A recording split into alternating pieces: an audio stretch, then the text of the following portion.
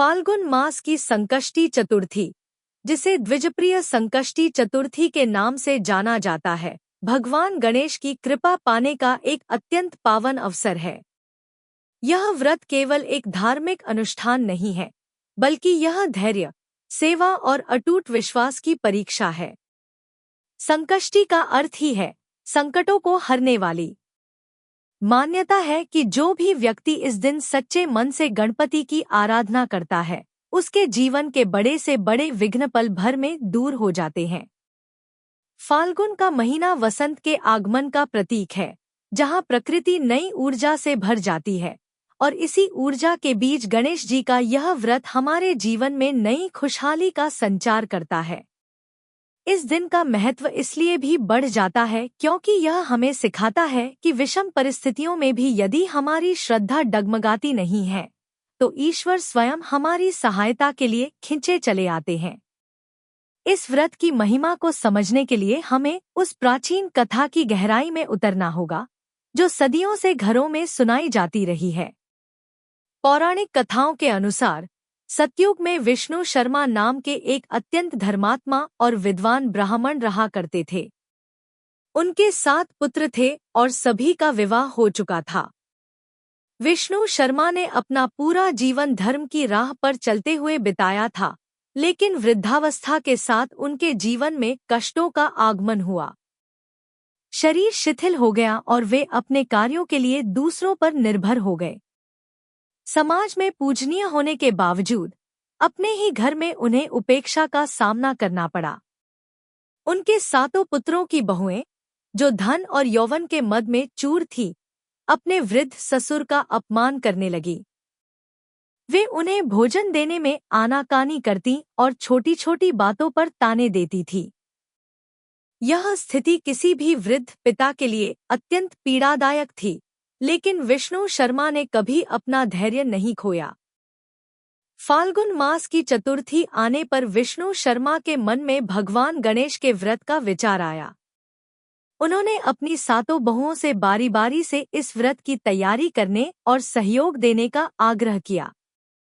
बड़ी बहुओं ने बड़े ही रूखेपन से मना कर दिया और बहाने बनाने लगी। उनके लिए ससुर की सेवा से ज्यादा अपनी सुख सुविधाएं महत्वपूर्ण थी। अंत में जब विष्णु शर्मा ने अपनी सबसे छोटी बहू से यह बात कही, तो उसने बिना किसी संकोच के अपने ससुर की आज्ञा शिरोधार्य की। छोटी बहू स्वयं बहुत साधनहीन थी और घर में उसका स्थान भी बहुत ऊंचा नहीं था, लेकिन उसका हृदय करुणा और भक्ति से भरा था। उसने निश्चय किया कि वह न केवल ससुर की सेवा करेगी, बल्कि पूरी लगन से गणेश जी का व्रत भी रखेगी ताकि उसके ससुर के कष्ट दूर हो सकें। व्रत के दिन छोटी बहू ने सुबह जल्दी उठकर स्नान किया और भगवान गणेश की मिट्टी की प्रतिमा बनाकर पूजन शुरू किया। पूरे दिन उसने निराहार रहकर ससुर की सेवा की। रात को जब चंद्रोदय का समय आया, तो उसने पूरी श्रद्धा से चंद्रमा को अर्घ्य दिया और भगवान गणेश से प्रार्थना की कि वे उसके वृद्ध ससुर को स्वास्थ्य और शांति प्रदान करें। उस रात एक अद्भुत घटना घटी। भगवान गणेश छोटी बहू की निस्वार्थ सेवा और भक्ति से इतने प्रसन्न हुए कि उन्होंने स्वयं वहां दर्शन दिए। गणेश जी की कृपा से सुबह जब सूरज की पहली किरण घर पर पड़ी, तो वहां का दृश्य पूरी तरह बदल चुका था। छोटी बहू का घर जो कल तक अभावों में था, वह सोने चांदी और धन धान्य से भर गया। वृद्ध विष्णु शर्मा का रोगग्रस्त शरीर पूरी तरह स्वस्थ और कांतिमान हो गया। यह चमत्कार देखकर पूरा गांव दंग रह गया। जब अन्य 6 बहुओं ने यह वैभव देखा, तो उनकी ईर्ष्या पश्चाताप में बदल गई। उन्हें अपनी गलती का एहसास हुआ कि उन्होंने जिस वृद्ध ससुर का अपमान किया और जिस व्रत का उपहास उड़ाया, उसी ने आज छोटी बहू की किस्मत बदल दी है।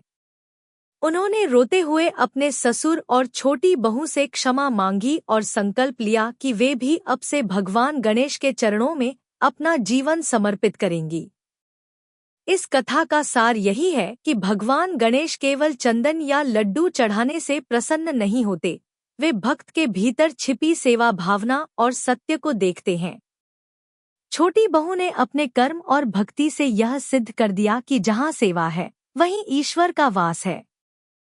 फाल्गुन संकष्टी चतुर्थी का यह व्रत आज भी हमें यही प्रेरणा देता है कि संकट चाहे कितना ही बड़ा क्यों न हो, गणपति की शरण में हर समस्या का समाधान है। इस व्रत के नियम बहुत ही सरल लेकिन अनुशासित हैं। सुबह स्नान के बाद गणेश जी की प्रतिमा को लाल वस्त्र पर स्थापित कर उन्हें दूर्वा, शमी पत्र और मोदक अर्पित करने चाहिए। पूरे दिन ओम गण गणपत्ये नमः का मानसिक जाप करना चाहिए। संकष्टी चतुर्थी की सबसे बड़ी विशेषता इसकी रात्रि पूजा है। जब चंद्रमा उदय होता है तब चंद्रमा को जल, चंदन और अक्षत से अर्घ्य दिया जाता है। इस अर्घ्य के बिना व्रत पूर्ण नहीं माना जाता। अर्घ्य देने के बाद ही व्रत का पारण किया जाता है। यदि कोई भक्त पूरी श्रद्धा से यह कथा सुनता या पढ़ता है तो उसके घर से नकारात्मकता का नाश होता है और सुख शांति का स्थायी निवास होता है। अंत में गणपति बप्पा से यही प्रार्थना करें कि वे हम सबके जीवन के विघ्नों को हरें और हमें सत्य की राह पर चलने की शक्ति प्रदान करें।